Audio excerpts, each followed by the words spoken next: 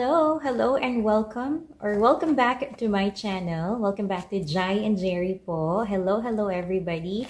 Kumusta man ang tanan? Hello po, how are you? I hope everyone is doing fine and well today. So hello, nandito na naman ako. Anyways, we're just gonna do a K1 visa update po. If you are a K1 visa filer, this video is for you. For this video, I'm just going to share with you kasi may nagtatanong sa akin. I've been asked about this question and I've already answered this sa mga live ko sa TikTok and even sa live stream ko dito po sa YouTube. But anyways, I'm just gonna share with you a little tip on how to extend your know what to. Kasi nga, di ba, may expiration po ang know what to. Yes, approval notice of your I-129F petition has an expiration and it's only valid for 4 months. So I'm going to share with you a video on how to request to extend it. So if you're new here, mag-subscribe ka na para hindi ka huli sa mga balita, especially sa mga update right now sa K1 visa, sa mga nangyayari. And click the bell button para po ma-notify kayo every time na may upload po ako sa aking YouTube channel about K1 visa. And for those who doesn't know me, my name is Jai and I am originally from the Philippines po, but I live now here in Florida in the Sunshine State. I got here through a K1 fiancé visa and right now I am a green card holder under 2 years conditional. 2 years conditional pa lang po ang meron tayo. So yes, without further ado daw. So i-share ko lang yun na nga kasi I receive another comment recently lang. I think it's Christine who commented on how to request. Nakita ko na yung comment niya, hindi pa ako naka-reply. So ito na yung reply ko sa iyo, Christine. Shout out to Christine right there. So paano nga ba? Should you be concerned if mag-expire na yung I-129F approved petition ninyo? Dapat bang maging concerned kayo? Maging kalmado lang ba kayo? Do you need to request to extend it? So sa mga hindi pa po nakakaalam, yung know what to ay may expiration siya. 4 months lang po ang validity ng expiration yan. So when you receive your know what to, pag natanggap nyo na po yung know what to ninyo, dyan po sa letter, yung I-797 Notice of Action or the Approved Notice of Action for your I-129F petition, meron po yung nakalagay, diba, sa baba kung kailan lang siya valid. And it's valid for 4 months. Pero, don't be alarmed. Don't be alarmed or don't be concerned kasi automatic naman daw, according to travel.state.gov, dun sa website talaga nila, yung validity niya, na-extend naman siya. Automatic naman siyang ini-extend ng consular officer, so you don't have to be worried. But then, if you were to ask me, did I request to extend my processing time for my I-129F back then? Yes po. Kasi, September ako na-approve. And then, nakatanggap kami ng Manila case number, November na siya. So, it was like 2 months and 1 week yata ako bago ako nakatanggap ng Manila case number. Yung validity niya is hanggang January 6 lang po yung validity ng know what to ko. Pinalagpas ko muna yung December kasi alam niyo na, very busy yung mga tao with the Christmas season. So, January na ako nag-book. Pero, I found out that even though na automatically siyang nai-extend ng consular officer, you can also request to extend it. So, ang ginawa ko po, nag-request po ako na mag-extend even though na magbubook na ako ng interview and my medical. So, ang ginawa ko po, nag-extend ako online. And I will show you how to do it online, how to properly do it, how to extend your know what to para at least man lang hindi na kayo kabahan because with all the things that are happening right now with the processing time for K1 visa, inaabot na talaga ng isang buwan kalahati just to book for your interview slot sa USEM. And right now, pahirapan pa rin po ang pag-book ng interview slot sa USEM, even the biometrics. And take note, It's not just K1 visa who is struggling right now. Other visa category, other visa applicant from a different category, nagsistruggle na din po sila na makabook na or makapag-book ng interview slot. But anyways, yes, I will show you and I will put the link in the description box para po hindi na kayo mahirapan na i-google ito or ano, you can just click the link below para diretso na and you can just fill out the form and submit it.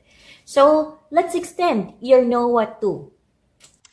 So, ito na po yung website. This is the page kung saan po magre-request kayo to extend your Know What To's dahil 4 months lang yung validity. Again, the link po, I will put it in the description box para hindi na po kayo mahirapan. You can just copy-paste this one or you can just click it and then it will lead you to this page na po. So, this is gonna be the page kung saan magre-request po kayo na i-extend yung Know What To's ninyo. I-zoom in ko na lang para hindi kayo mahirapan. So, this is the form. Ito po, inquirer's name, kung sino po mag-i-inquire, si beneficiary ba or si petitioner. Please make sure that you write down the last name, the first name, tsaka yung middle name.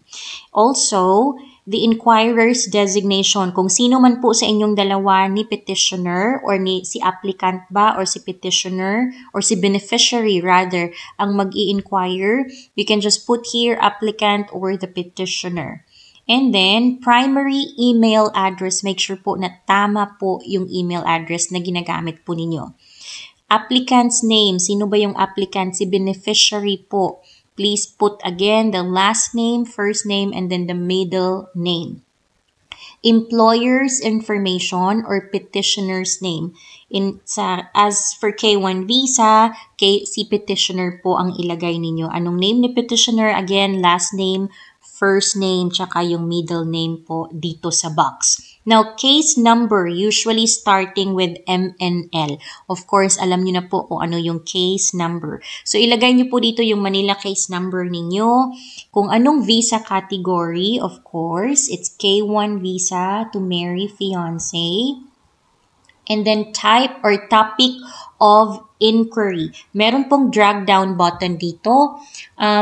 There's a case update. So, pwede din po kayo if you are waiting for your visa, wala pang update.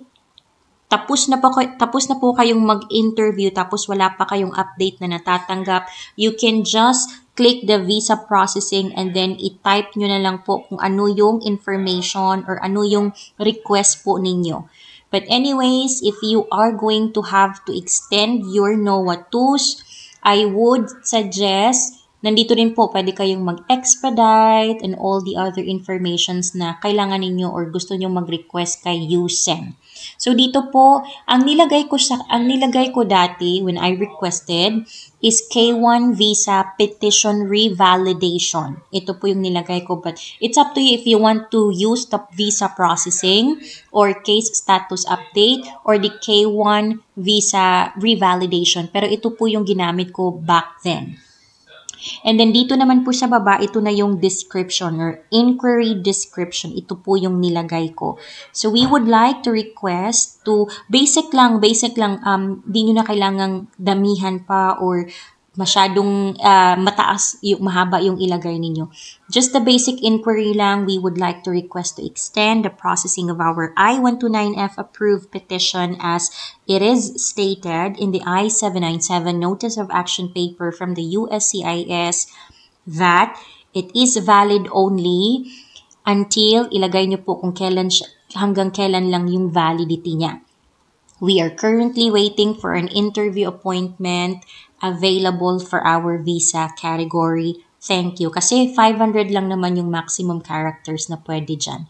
So, ayan, basic lang. It's up to you if you wanna copy this or you wanna make your own. Depende na po sa inyo yan. And, attach a document dito. Ilagay nyo po yung I-797 Notice of Action na natanggap po ninyo from USCIS. Yung Know What To, i-attach nyo po siya dito po mismo. So, ayan, ganyan na po siya. And of course, dito sa baba naman, You can also put your NVC letter if you want. You can put your NVC letter here as well. And dito din po sa baba, just click the I am not a robot and then read this one, the confidentiality statement. Please read that one and then click submit. Yun na po. Pag na-click submit na po yan, okay na po yan.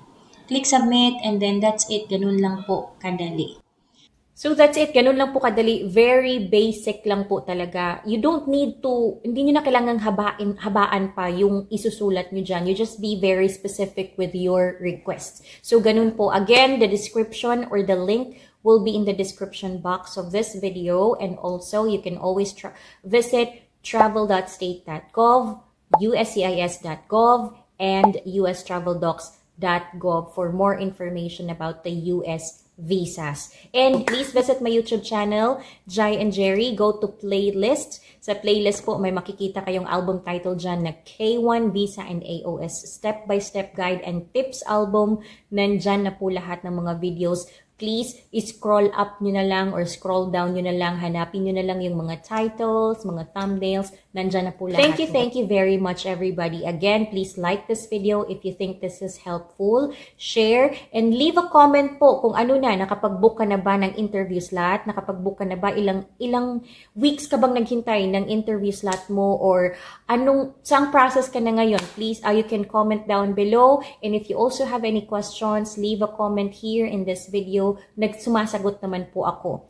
If you want to have a one-on-one chat with me, if you have any questions that needs to be answered right away, you can join my membership club. Well, membership club. Yes, you can join my membership club. You go to my channel, click join, and very cheap lang naman yung membership natin dyan, and you will get an exclusive perks. You get answers right away. If you have any questions, masasagot ko po kayo through chats dito po sa YouTube channel natin. So yes, thank you very much everybody, and I hope to see you in my next video.